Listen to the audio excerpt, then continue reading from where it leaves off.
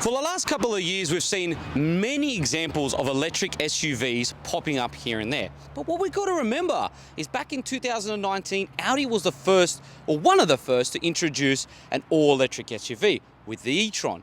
Since then, nothing has changed until now. Introducing the 2024 Audi Q8 E-Tron.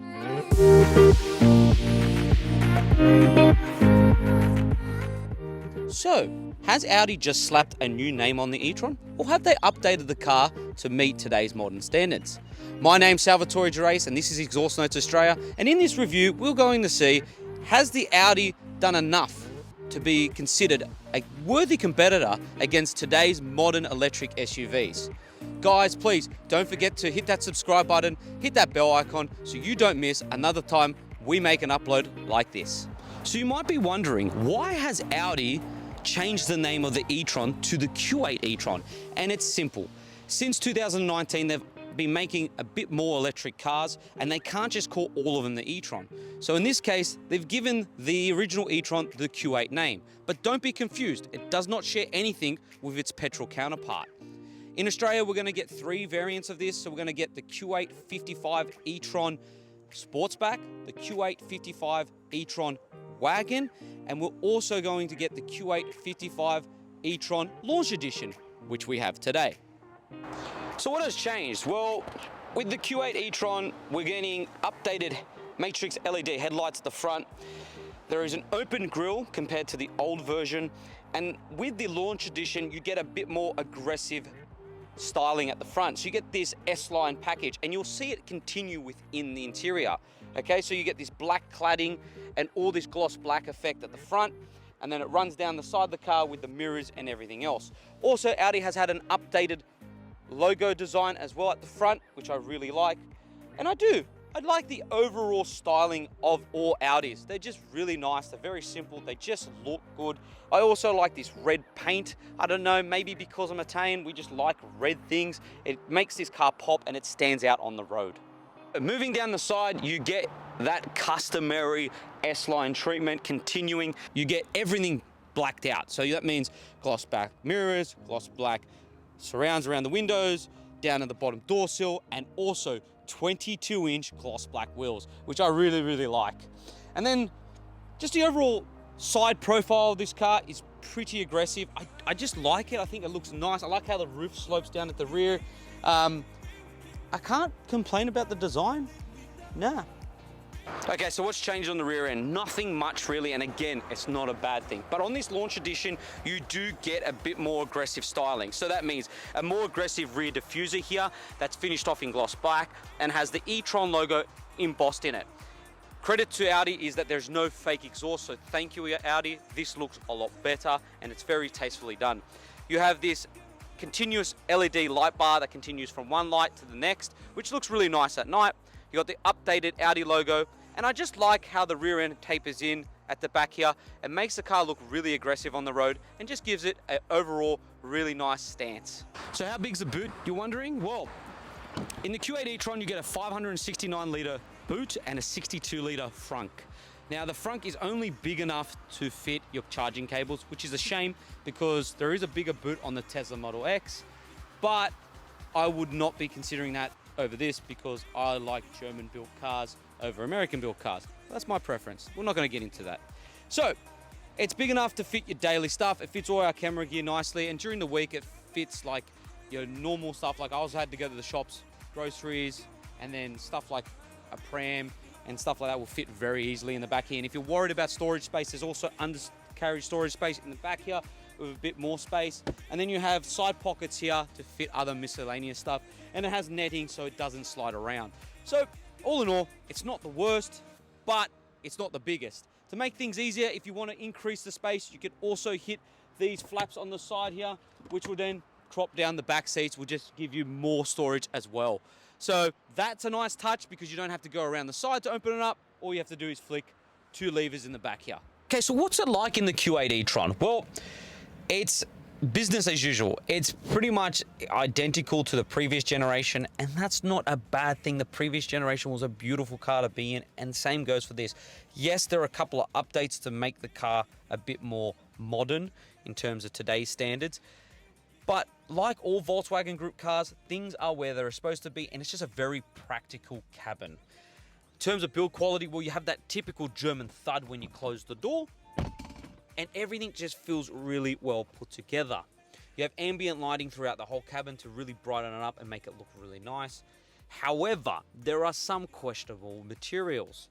For example, the dash is finished off in this fake leatherette with fake stitching. Now, I'd expect that on a car priced at $55,000, but not on a car priced at what this is priced at, which I'll get to later on in the video. There are nicer materials used throughout the cabin. You have this soft, squishy touch materials used on top of the doors. You have this Alcantara finish within the doors. You have this nice S-line steering wheel, so this sporty steering wheel. You also have these beautiful S-line sport seats with this diamond quilt effect on them, which are really nice, really supportive, and just feel good on long journeys. In terms of your digital stuff, so your tech, you get a 12.3-inch digital driver's display, which is one of the best on the market. Audi just do a really good digital driver display. You also get a head-ups display. You also get a 10.1-inch infotainment screen, which is very clear, very responsive, and does your usual stuff like Apple CarPlay, Android Auto, and digital radio AM and FM. You also have an 8.6-inch screen down here, which controls all your climate functions, which in theory looks really nice, but practically speaking, it's kind of an issue to use while driving. Even though it does have haptic responses, you're constantly looking down to change settings. I do like how Audi have used a physical volume knob other than just a swivel bar. Really do like that. Then you have this gear selector. Now, I don't know what this is, but it's the most odd gear selector I've ever seen, and it takes up a lot of room, and it's just a waste of space. They could have just easily had a little toggle switch since it's an electric car.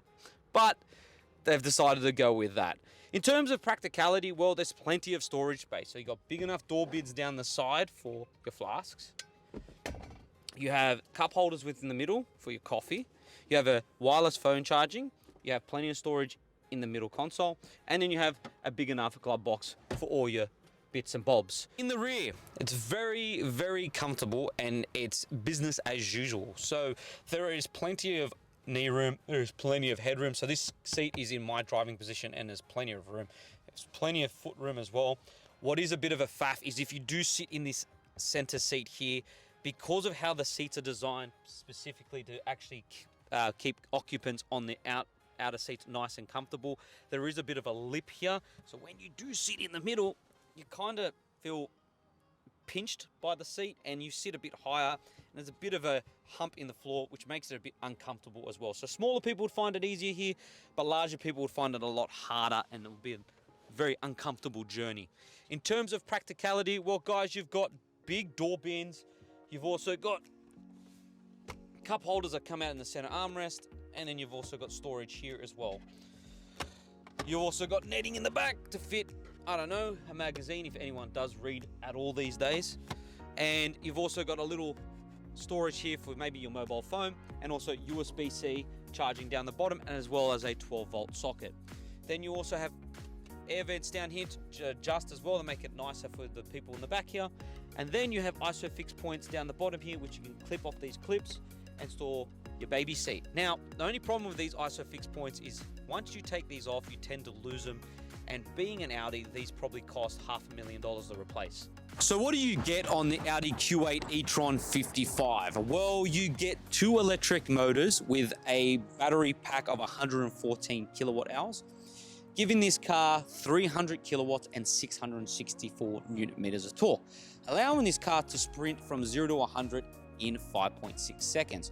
That is quite rapid, but it's not as rapid as some of its counterparts, okay? So it is a bit disappointing. So I hope Audi does bring out a more aggressive model to compete with those cars. In terms of charging capabilities, well, guys, you have AC and DC charging. From a fast charger, you can expect from 10 to 80% to take around 31 minutes. And then if you're charging from a wall box at home, well, you're going to be sitting around for a bit because it's going to take 17 hours. In terms of its range, I was getting around about 450 kilometers, which isn't that crash hot. And in terms of consumption, you're looking at around 25 kilowatt hours per 100 kilometers, which again, isn't the best.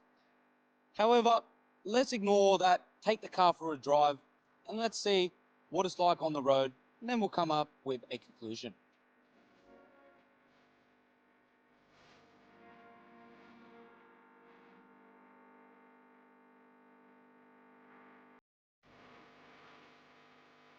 What's the Q8 E-Tron like to drive? Well, like all electric cars, it's rapid, it's comfortable, and it's very, very quiet in here.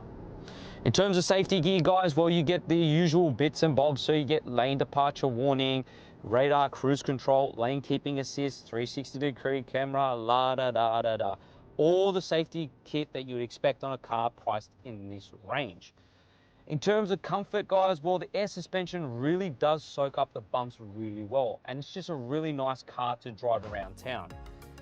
In terms of its speed, well, like I said before, it is rapid. It will do 5.6 seconds 0 to 100, but it's not as fast as its counterparts. Now, if speed is not your thing, then that is fine, but if it is like me, it's a bit of a letdown.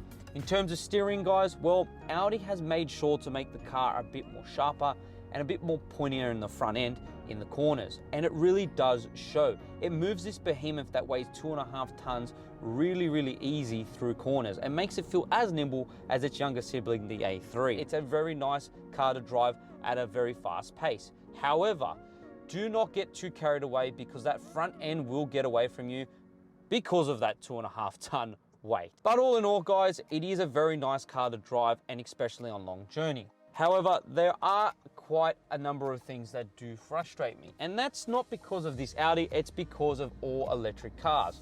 Now, all electric cars, they do put driving modes in from comfort to sport to make the car feel a bit more alive. But the unfortunate thing is, guys, electric cars can't do that. Hear me out. When you get an internal combustion car and you change the mode from normal to sport, okay, the car livens up with pops and bangs from the engine, which makes you feel like you're driving an animal or a beast that you can't handle. But with an electric car, you don't get that. No matter what mode you change the car to, it feels exactly the same. Yes, they might stiffen up the steering and the suspension to make you feel like you're driving an animal, but it just doesn't happen. At the end of the day, guys, it's like eating a vegan burger. It might taste like meat, it might look like meat, but it isn't meat. And that's what it's like driving a car that's trying to be something that it's not. And that's the unfortunate thing with electric cars. I know I go on rants about it, but guys, it just frustrates me. But besides that, because I can't just keep talking about that, because it's like every electric car seems to go on rants like that. It is a very nice car to drive on long journeys. It's comfortable, it's quiet, and it's just a great place to be on a day-to-day basis. So what's my verdict on the Q8 E-Tron? Well, for starters, the exterior is really nice. I do like this launch edition. It looks really aggressive, and it has a very nice presence on the road. In terms of its interior, there are a couple of letdowns, but all in all, it's very nice and very practical, and it's a very nice place to be. And as it drives really well. It's a comfortable and it's a sporty SUV. But one thing that I can't forget is the price tag that it's at. And this is where I left this to the end of the video. Guys, this is priced at $165,000. And at that price, you're looking at other cars like the EQC and the BMW iX. And I just feel like at this point in time, Audi has unfortunately fallen behind. Back in 2019, it would have had the market, but now, guys, there's too many other electric SUVs that really do trump the Q8, unfortunately. The materials used in this are just not on par with those cars. And then there's the range. It has a 450-kilometer range, and it's a bit disappointing. And then there's the performance as well, guys. It does 0 to 100 in 5.6 seconds. There are plenty of faster electric SUVs now in the market, and I hope Audi make a more aggressive model that can compete with those. And then it's just the charging capability as well. I know it's fast, but it's not as rapid as, say, as a Tesla Model X. So unfortunately, the only people that would be considering buying the Audi Q8 E-Tron are Audi lovers and people that love electric cars. Because to be fair, there are so many better cars or better counterparts to this in the market today. And one of the examples is the BMW iX. Now you can go check out my review of the BMW iX on our main page and compare the cars yourself. But me, preferably, I'd prefer the BMW. Let me know what you guys think in the comments. Do you prefer the Audi or do you prefer the BMW? But all in all, guys, it's a bit of a disappointment. I thought that the Audi would take the market again as being one of the best electric SUVs. But now, after driving it and comparing it to the others, unfortunately, it's fallen behind.